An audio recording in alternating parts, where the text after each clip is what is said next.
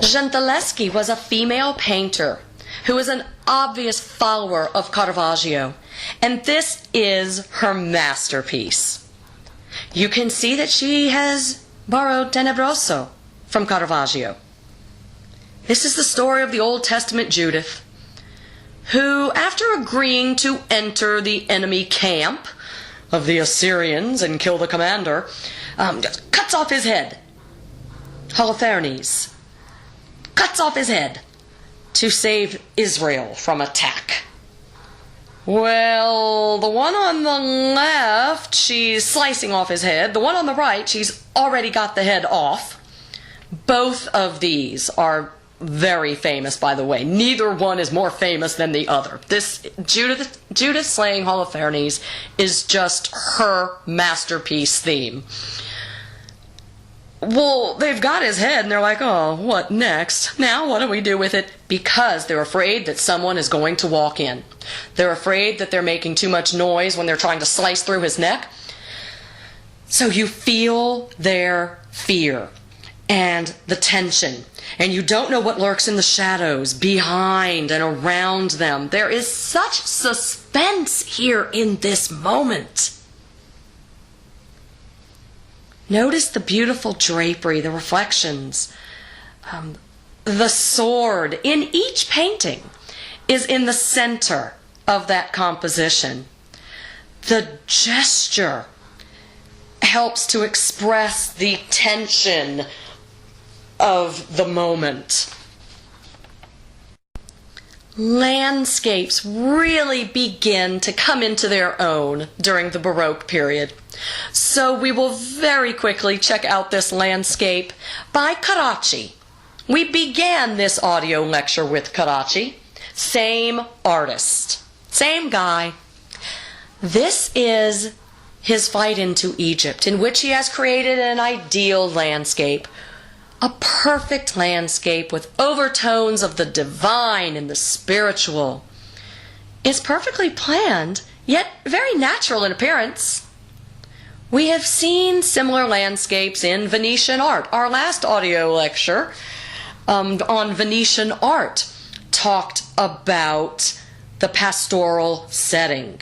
Remember the pastoral setting with the shepherd tending to his flock in the background? Well, there he is, just towards the right.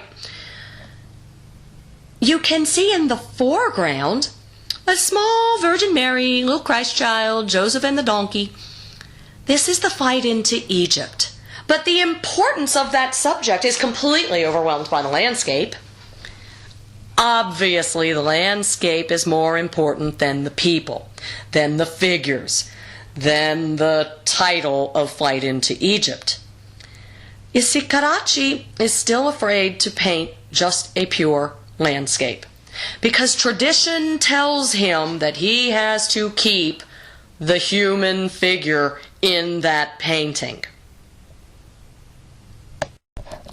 Perspective illusionism is also very popular during the Italian Baroque.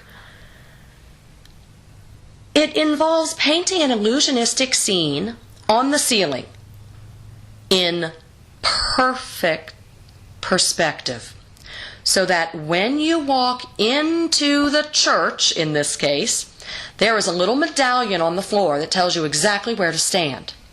And when you stand on that spot and look up, it really looks like this is happening over your head. It's freaky. Look at how theatrical this glorification of Ignatius is. We were introduced to De Soto in Su way back when we were talking about Mantegna.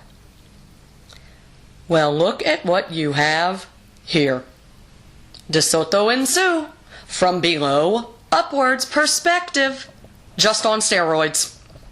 Look at how the architecture continues up into the painting, in which St. Ignatius is being raised into the heavens. There are all sorts of classical elements, arches, columns, molding, with a variety of figures fluttering about.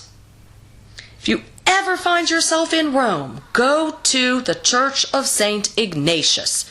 It's St. Ignazio to them. Walk in that church and walk up the nave, and there'll be a medallion that pretty much says stand here for perfect view. And look up. And for just a split second, you believe that there is this glorification of St. Ignatius taking place above your head. Because the de sotto in su is in perfect perspective illusionism.